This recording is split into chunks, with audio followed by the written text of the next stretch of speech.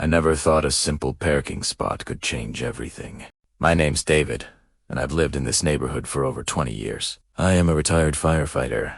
I've seen flames taller than houses and loss that words can describe, but nothing prepared me for the fire that would start right here, in my own driveway. My wife and I moved here when our daughter was just a toddler. We built this home from the ground up, fresh paint, white fence, the smell of barbecue on weekends. Back then, it was a real community.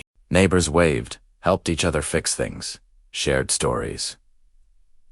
But over the years, new people moved in, and along came the HOA, the Homeowners Association. At first, it sounded harmless. They promised structure, beauty, property value.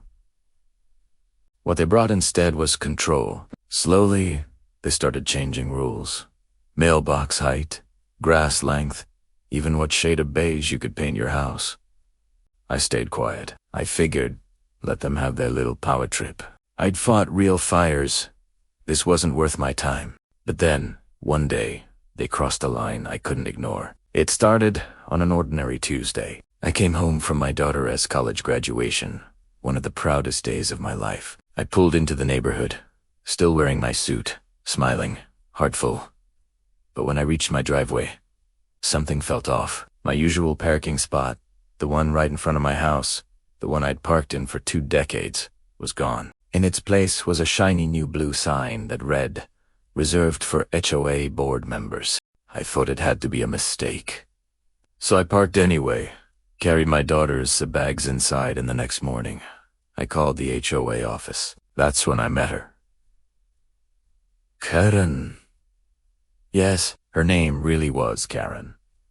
She was the newly elected HOA president, mid-50s, sharp suit, fake smile, and an ego that could fill a stadium. She told me, "Oh, David, we recently updated parking designations for the safety and convenience of the board. You can park on the street from now on." "The street?" I asked. "You mean the same street where my truck's been vandalized twice?" She didn't even flinch. "Rules are rules," she said, "and if you park there again, you'll be fined $250 a day." I wanted to yell. I wanted to remind her that when our house caught fire 5 years ago, I was the one who helped put it out before it spread. But instead, I took a deep breath. You learn that, as a firefighter. Never fight fire with more fire. So I decided to think. That night I pulled out my original property documents. And sure enough, my deed clearly showed that the parking space in front of my house was assigned to my lot. So the next day, I walked down to the HOA office and placed a copy of the document right on her desk. Karen looked at it, smiled, and said, "Oh, those old maps aren't valid anymore. The board approved a new zoning layout last month." "But the board can't override property deeds," I said. "Say, shrug it. Then take it up with the city, if you really think it's worth the trouble." The arrogance in her voice burned more than any flame I'd ever faced. That's when I decided this wasn't about a parking spot anymore. This was about power, abuse, and principle. And I wasn't backing down. I started digging. I spent days at the city office, going through public zoning maps, permit applications, and HOA filings. What I found shocked me. The entire parking lot that the HOA claimed to own wasn't even theirs. Half of it sat on public easement land, meaning it technically belonged to the city. The HOA had been maintaining it illegally for years, using homeowner funds, and even issuing fines for parking there. They'd stolen my spot, but the truth was, the whole lot didn't belong to them at all. So I made copies of every single document I found. The next morning, I called the city zoning department and reported a potential misuse of public property. They took it seriously. Very seriously. 2 weeks later, bright orange cones, surveyors, and city trucks showed up in front of the HOA office. The look on Karen's face when she saw them was priceless. City workers began marking boundaries and putting up signs that said, "Public access area, temporarily closed pending review." Half the parking lot was suddenly off limits. The HOA board gathered in confusion, demanding answers. But the city inspector calmly told them, "This area isn't under your jurisdiction. It's public property. You've been operating without a legal permit." Within days, the city froze all HOA authority over parking management. And just when I thought the battle was over, things got even worse or better, depending on how you see it. During their review, city auditors uncovered years of fraudulent activity. The HOA had been billing homeowners for maintenance that never happened, using funds to pay for personal expenses, even issuing fake invoices for landscaping. And Karen's name. It was on nearly every signature line. The whole board was dirty. The neighborhood erupted. People who had stayed silent for years suddenly wanted answers. One by one, my neighbors started coming to me showing old fines, false citations, and letters they'd been too afraid to challenge.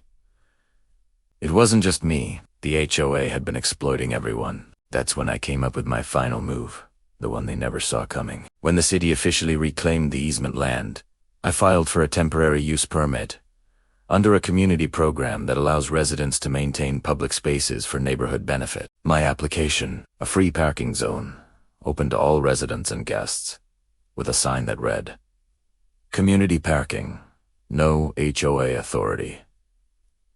The city approved it. When I installed that sign, I swear I could hear angels sing. The HOA could no longer tow cars, issue fines, or control who parked there. Within days, neighbors started using the lot freely. Delivery trucks, families, even visitors who used to fear HOA tickets, all parked without worry. Karen was furious. She marched over to me one afternoon, waving papers, her voice shaking. "You can't do this. This is HOA property." I calmly handed her the signed permit and said, "Not anymore. You stole my spot, Karen. I just borrowed your whole lot." She stormed off, screaming threats about lawsuits. But it was too late. The truth was public, and the city had everything they needed to hold her accountable. A month later, an official notice arrived.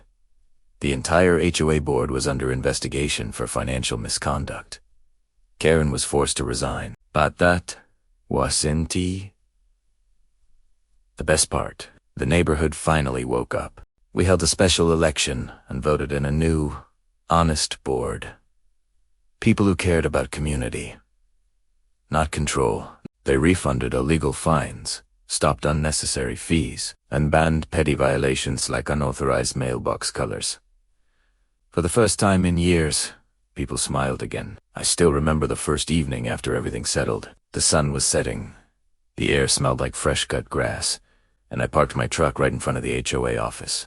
My new, officially approved spot. My golden retriever, Max, jumped out of the passenger seat, tail wagging, and the neighbors waved as we walked by. There was laughter again.